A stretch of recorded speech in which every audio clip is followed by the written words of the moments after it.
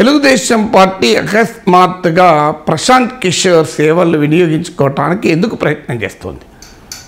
Prashanth Kishore Chandrababu Naidu కలవడంతో clear అయింది. ప్రశాంత్ కిషోర్ సేవల కొరకు టీడీపీ ప్రయత్నం చేస్తోంది. ప్రశాంత్ కిషోర్ సూత్రప్రాయంగా అంగీకరించకుండా ఈ భేటీ జరగదు, ఈ భేటీ వివరాలు బయటికి రావు. అందువల్ల సమ్వేర్ సమ్హావ్ అండర్స్టాండింగ్ కుదిరి ఉండాలి ప్రశాంత్ కిషోర్కు టీడీపీకి మధ్య. మరి ఎందుకు తెలుగుదేశం పార్టీ ప్రశాంత్ కిషోర్ ఎవరినైతే తాము గతంలో డర్టీ ట్రిక్స్ ప్రయోగించేటువంటి వ్యక్తిగా విమర్శించామో, ఎవరైతే జగన్మోహన్ రెడ్డి గెలుపుకు 2019లో చంద్రబాబు నాయుడు ఓటమికి కారణమయ్యారని తాము భావించామో, ఆ వ్యక్తిని ఎందుకు మళ్ళీ ఎంచుకున్నారు? అంటే పోయిన చోటే వెతుక్కోవాలి అని సామెత ఉంటుంది. బహుశా అది టీడీపీకి గుర్తొచ్చినట్లుంది. అంటే ఎవరైతే తమ ఓటమికి కారణమయ్యారో తిరిగి వారి సహకారంతోనే గెలవాలి అనేటువంటి ఒక ప్రయత్నం ఏమైనా చేశారా అనేది ఇప్పుడు అనుమానం. సో అందువల్ల తెలుగుదేశం పార్టీ ఏంటంటే ఆల్రెడీ పవన్ కళ్యాణ్ కలుపుకున్నారు. జనసేన అధినేత కలవడంతో టీడీపీకి రెట్టింపు ఉత్సాహం లభించింది. ఎందుకంటే జనసేనకు ఉండే ఓటింగ్ కాస్త టీడీపీ ఓటింగ్కు కలిసినప్పుడు మ్యాథమెటికల్గా చూసినప్పుడు వైసీపీకి దగ్గరగా వస్తుంది. ఇక దాని కెమిస్ట్రీ ఏమవుతుంది అనేది మనకు తెలియదు. ఆ రసాయనిక ప్రయోగం టీడీపీ జనసేనల కలయిక వల్ల జరిగే రసాయనిక క్రియ, కెమికల్ రియాక్షన్ ఏమవుతుంది అనేది మనం వేచి చూడాలి. కానీ మ్యాథమెటికల్ ఈక్వేషన్ అయితే ఖచ్చితంగా వైసీపీకి దగ్గరగా వస్తుంది, సవాల్గా వస్తుంది. ఇక ఇక్కడ కాస్తంతా మెరుగుపరుచుకుంటే తమ వ్యూహాలకు, తమ మెసేజింగ్కు, తమ నినాదాలకు, విధానాలకు, ఆప్టిక్స్కు, పర్సెప్షన్ నరేటివ్ బిల్డింగ్కు ఇలాంటి వాటిని కనుక పదను చేసుకుంటే వైసీపీని కొట్టవచ్చు అనేటువంటి ఆలోచన కనబడుతుంది. అన్నిటికీ మించి ప్రశాంత్ కిషోర్ ఒక బ్రాండ్.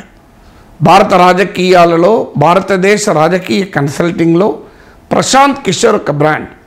ముందు మోడీతో పనిచేశాడు, తర్వాత అనేక మంది విజయాల వెనక ప్రశాంత్ కిషోర్ పాత్ర ఉన్నది అని ఎవరము కాదనలేము. అది కేజ్రీవాల్, మమతా బెనర్జీ, నితీష్ కుమార్, స్టాలిన్, అమరేందర్ సింగ్, నాకు గుర్తున్నంత వరకు వైఎస్ జగన్మోహన్ రెడ్డి, ఇలా చాలామందిని గెలిపించడంలో మీకు ప్రశాంత్ కిషోర్ కీలక పాత్ర పోషించాడు. అయితే ప్రశాంత్ కిషోర్ అనేకసార్లు చెప్పాడు, మేము కాదు గెలిపించేది, పార్టీనే గెలిపించుకోవాలి అని. ఎందుకంటే మేము సలహాలు ఇస్తాం, అల్టిమేట్గా పార్టీ యంత్రాంగం దాన్ని స్పందించాలి, పార్టీ నాయకత్వం దాన్ని ఎగ్జిక్యూట్ చేయాలి. మా సలహాలు ఇవ్వడం వల్ల మాత్రమే కాదు కదా. నిజమే, ఒక డాక్టర్ ట్రీట్మెంట్ ప్రిస్క్రైబ్ చేస్తాడు, పలానా మందులు వేసుకోవాలి, ఆహార నియమాలు పాటించాలని. సో అవి డాక్టర్ ఎంత తెలివైన వారైనా ఆ ఔషధాలకు ఎంత శక్తి ఉన్నా అల్టిమేట్గా పేషెంట్ వారిని సరిగా వాడలేదనుకోండి, రోగం నయం కాదు. అందువల్ల ఇది కూడా అంతే. సో పొలిటికల్ కన్సల్టింగ్ కూడా అంతే, పార్టీ యంత్రాంగం స్పందించగలగాలి. కాంగ్రెస్ పార్టీ పైన ప్రశాంత్ కిషోర్ అదే విమర్శ చేశాడు.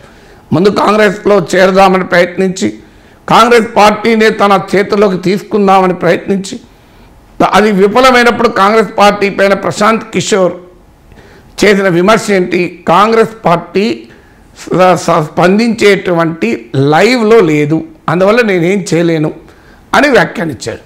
బట్ ఏదైనా టీడీపీ నమ్మకం ఏంటంటే ఆ పీకే ఈ పీకే కలిస్తే, ఒక పీకే ప్రశాంత్ కిషోర్, ఒక పీకే పవన్ కళ్యాణ్, ఇద్దరు కలిస్తే తాము జగన్మోహన్ రెడ్డిని ఎదుర్కోగలం అని బహుశా చంద్రబాబు నాయుడులో విశ్వాసం కలిగినట్టుంది. అందుకే గతంలో తాము విమర్శించి అసహించుకున్న ప్రశాంత్ కిషోర్ని ఇలా ఆప్యాయంగా తెలుగుదేశం ఆహ్వానించింది.